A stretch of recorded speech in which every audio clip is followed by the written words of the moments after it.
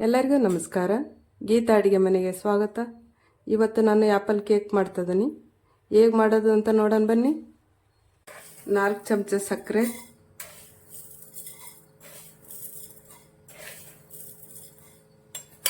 ಸ್ವಲ್ಪ ನೀರು, ಕರಗಲಿದು ಸಕ್ಕರೆ ಕರಗಿದೆ ಪೂರ್ತಿ. ಗ್ಯಾಸ್ ಆಫ್ ಮಾಡ್ಕೊಂತೀನಿ. ಮಿಲ್ಕ್ ಪೌಡ್ರ್ 3 ಚಮಚ, ಕೊಕ್ಕೋ ಪೌಡ್ರ್ 3 ಚಮಚ ಹಾಕಿದ ನಂತರ ಕಾಲಿಸಿ, ಕೊಕೊನಟ್ ಪೌಡ್ರ್ ನೆಕ್ಸ್ಟ್ 3 ಚಮಚ ಹಾಕಿ ಕಾಲಿಸ್ಬೇಕು. ಸ್ವಲ್ಪ ಬೆಣ್ಣೆ,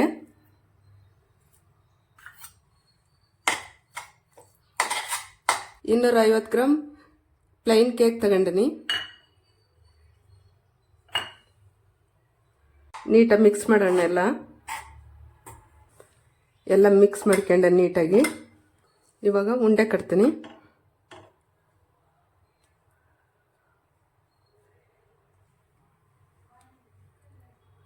ಉಂಡೆ ಕಟ್ಟಿ ಕೊಕೊನಟ್ ಪೌಡ್ರ್ ಇರುತ್ತಲ್ಲ ಇದ್ರಾಗ ಹೊರಳಾಡಿಸ್ತೀನಿ.